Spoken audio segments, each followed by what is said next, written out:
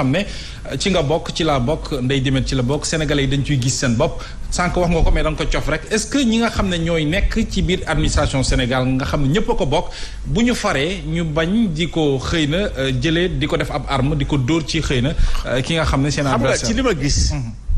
ñuy wax état partisan. bi ñuy def état partisan ak li ñu amoon parti unique. amoon na ay hauts fonctionnaires yoo xam ne Senghor daf leen tere woon politique. lii moo tax Senghor dafa ne woon yi nga xam ne ñu ngi nekk dans le secteur de l'économie. même bu ñu nekkee ay ministre de l'économie et des finances. maa ngi wax même sous le contrôle de Amadou Lamine Loum Diouf y compris Diouf. ñoom dañuy xam luy administration parce que loolu mooy état yéen bu leen def politique parce que li ngeen am. di régler problème mu économie ak finance su réew mi. mat na leen bu bëgg bu sóor comme ni ko Sénégalais yi di waxee. mais tey mais mënuma comprendre nga nekk directeur général des impôts et des domaines ngay dem naan da ngay def politique c'est pas possible. DG yi waruñu def politique c'est-à-dire que am na ñoo xam ni loolu mooy seen liggéey boo ko bëggee def nga sumi sa mbubbu DG. nga dem def politique kenn terewu la ko mais boo ko defee état bi ci boppam ngay menacer. gis nga état partisan. état yi daanu yëpp état partisan moo ko andi boo gisee coup d'état kii bi am fii nu mu tuddati. Guinée Conakry. état partisan la. maa ngi nii man lañ fal maa moom réew mi lu ma neex laay def. ku ànd ak man bu la neexee sàccal bu la neexee lu la neex nga def bu la neexee nga dóore kenn du la wax dara mais koo xam ne àndul ak man xaalis sax boo ko amee ñu nangu ko sa loxo. d'accord fi ma doon ñëwee yow sànq mooy instrumentalisation de l'administration politique tey fan la mën a yóbbu réew mi yow su ma la ko laajee c'est en tant qu'observateur parce que def nga pratiquement le monde di intervenir ci ay crises yu bëree bëri. mooy li ma la wax rek c'est que justice indépendante ak procès équitable mooy état de droit. su fekkee ne yow perception laa la wax de waxuma la sax réalité. mais la perception que ñun amuñu justice équitable et que suñu justice dafa partisane surtout sur les questions politiques dafa am te boo demee ci yeneen yi tamit noonu la mel xoolal élection yi am yàggul Mali élection législative yi mais dafa màbbal li nga xam ne mooy seen cour constitutionnelle complètement ndax deful li nga xam ne rek fa la yoon nekk léegi li ñu jëkk a def ko waa Guinée yi mooy ni cour constitutionnelle ak yooyu yëpp amatul. parce que au lieu que ñu yoonaluñu donc ñun yàlla may nañu chance. encore ñu ngi ci kii bi il faut que ñu dépolitiser état bi. c'est que état c'est une institution politique par excellence mais une institution politique non partisane. non partisane. yow sénégalais bi sénégalais la xamoon APR la bokk ak Ligue démocratique ak feneen sa problème du sa problème justice tam noonu la mais nag ni suñu justice bi tëddee tey mooy ni mu tëddee woon temps Senghor bu fekkee ne am nañu institution boo xam ne moo bougé wul mooy institution judiciaire te sax du temps de Senghor amoon na assez de subtilité ba nga xam ne léeg-léeg sax dina bàyyi justice bi def liggéeyam te da doon déggu bu baax kii nga xam ne moo doon Kéba Mbaye. d'accord scandale yi ñu gis fan yi nga xam ne laal na ci passeport diplomatique yi mu laal ay député laal Y'en a marre ñu ngi koy wax sànq alors bu ñu gisee traitement wu ñaari dossiers yooyu est-ce que mënu renvoyer ci li ñuy wax mooy justice à deux vitesses parce que jusqu'à présent am na ay députés yu bokk ci assemblée nationale yu wax ne jusqu'à présent saisir guñu leen ci mbiru ñaari députés yooyu tax ci alors que bu Y'en a marre ñoom ñu ngi déjà ci kaso bi. waaw député yi am nañu benn avantage mooy comme c'est des représentants du peuple dañuy am li ñuy wax seen. immunité parlementaire. waaw kaaraange googu di leen protéger normalement loolu war na tax ba nga xam ne ñoom bu fekkee ne dañu leen jiiñ. jëyee ju mel ni ñoom ñoo war a am seen fulla am seen fayda am seen ngor parce que léeg-léeg ngor la. gore daal di ne man. muuri naa suma làmbaay maa ngay dem taxaw ci justice noonu la ñuy dooleele justice noonu la ñuy dooleele état de droit noonu la ñuy dooleele état loolu la nga dem lu la ci fekk ñu xam ne gor nga parce que lii am na ay foo xam ne buñ fa tolloo même loi bi su la protéger yow yaay goreel sa goru bopp d'accord daal di dem. stratégie nationale de lutte contre la corruption fan yi lancé nañ ko le chef de l'État woo ci askanu Sénégal yëpp ñoom ñoo ci war a jàpp est-ce que amul foofu toute contradiction bu ñu dégloo kàddu président yooyu ak déjà scandale yi ñuy tudd te président di wax ni def na ci ay dossiers est-ce que loolu aussi tamit mënuñu junj ni loolu xeeñ na corruption. xam nga corruption problème mu corruption bi ñu am OFNAC. problème am yëpp mooy une justice indépendante. c'est-à-dire que tey il faut tënk bi nga xam ne moom la ñu tënk procureur. parce que procureur il faut ministre bi di ko jëlal mu jël. procureur instruction c'est-à-dire que tënk boobu. foog ñu dindi ko bu fekkee ne bëgg nañu léegi ñun parachever suñu démocratie il faut que tënk bi ñu tënk procureur ñu dindi ko.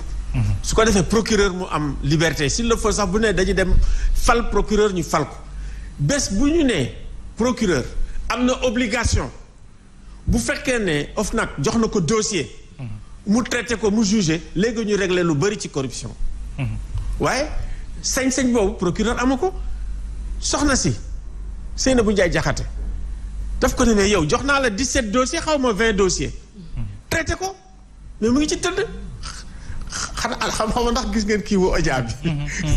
Oja boobu macha allah am na ay lu muy def. ni mu ko jàngalee éditorial la bu ngeen wane procureur tëdd ci dossiers yi. di nelaw mais problème bi du je m'engage parce que moom la ñu indi ni je m'engage.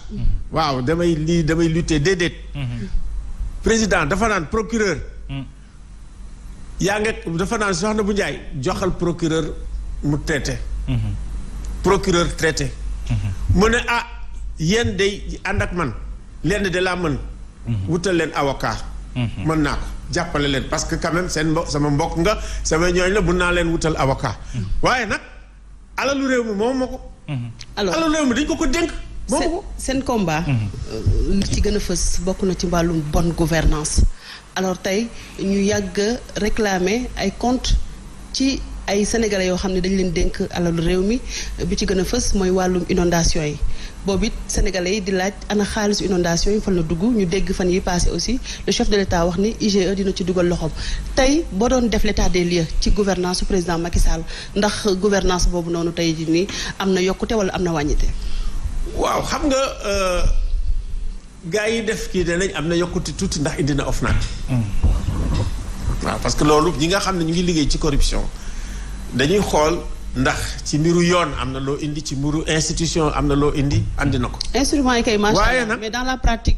li ñu am ci instrument sax dafa bari. boo jëlee ay Cour des comptes nga jël ay IGE jël ay parce que IGE aussi su fekkee ne moom ci boppam moom moo koy traité bu ko neexee mën na poursuivre bu ko neexee doon na poursuivre. je me dis à la limite je me demande ban raison la ñu am ban raison d'être la am IGE. IGE en réalité. c'est une institution politique qui permet un peu de xool ngay surveiller ñi nga xam ne ñu ngi nekk sa wet. Senghor loolu la ko àndee woon mais en même temps aussi pour que gars yi bañ di exagérer ci li ñuy luubalee alalu réew mi. mais li ma la wax ci corruption rek benn la. IGE muy kii nu mu tuddati Cour des comptes. d'accord muy OFNAC. rapport yu dul jeex am na. ci inondation bi est-ce que am nga ci xel bu dal jeex am na muy inondation bi muy problème mu Covid-19 muy leneen ak leneen. suñu problème ñun ñëpp mooy problème Afrique de l'Ouest. mooy ñu am ay mécanismes yoo xam ne ay mécanismes yu wóor la. ñu am une justice indépendante. bien sûr mu am ñoo xam ne dañu xarañ. ñu am un procureur boo xam ne. bu fekkee ne ay problème de corruption la mun a war a nekk une priorité bu traité ko. quel que soit nag fu mu jógee. d'accord mu traité ko. parce que loolu mooy solution bi bien sûr mooy solution bi te loolu yëpp boo koy natt dafay jëm ci bonne gouvernance ni ko Ndeye Dimet waxee ak surtout wàllu démocratie laaj bu mujj bi jeexal nañu pratiquement naka ngay nattee Sénégal ci wàllu démocratie mi ngi ci yoon bi dellutu na ginnaaw war na góorgóorlu. suñu démocratie li ko feebar dafa bari moo tax. parce que boo jëlee système parti politique yi ak ni ñuy doxee rek. am na dellu ginnaaw. waaw am na dellu ginnaaw amoon na temps boo jëlee parti yi am nañu programme am nañu conviction am nañu fu ñu féete di ngi naa fii gauche fii droite. mais léegi dafa jaxasoo ba nga xam ne. c'est brouillé alliance yi bu ñu koy def c'est des alliances électorales. doo xam fan la.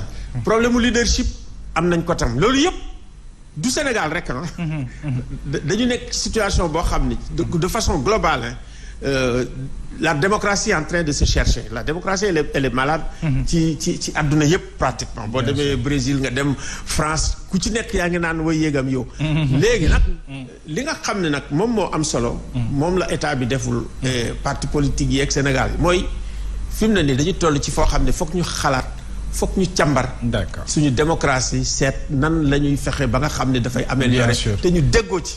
ñu déggoo ci waaw ñu déggoo ci ànd ci ñun ñëpp en tout cas rafetlu nañu dikk bi Alioune Tine ñuy fàttali ne yow yaay fondateur bu Africa Jom Center gërëm nañu la bu baax a baax ci wuy si bi nga ñu wuy si ci bile plateau. voilà ma leen di gërëm di leen sant. ci gërëm seen téléspectateurs yi. jërëjëf di gërëm également Ndeye di Ndaw mi ñu doon gunge ci bile émission mbokk yi seen show fi lañ ci yem ak yéen programme bi day wéy incha allah ci kanam daa ngeen am taaru màggal lépp jëm ci wàllu wàccaayu màggal ak surtout seen émission spéciale waajal màggal ak Fatou Abdou Ndiaye ak équipe am yëpp lu may loolu itam ñu ngi leen di ñaanal programme gu mucc ayib ci Sen TV la chaîne leader jaa ngeen jëf.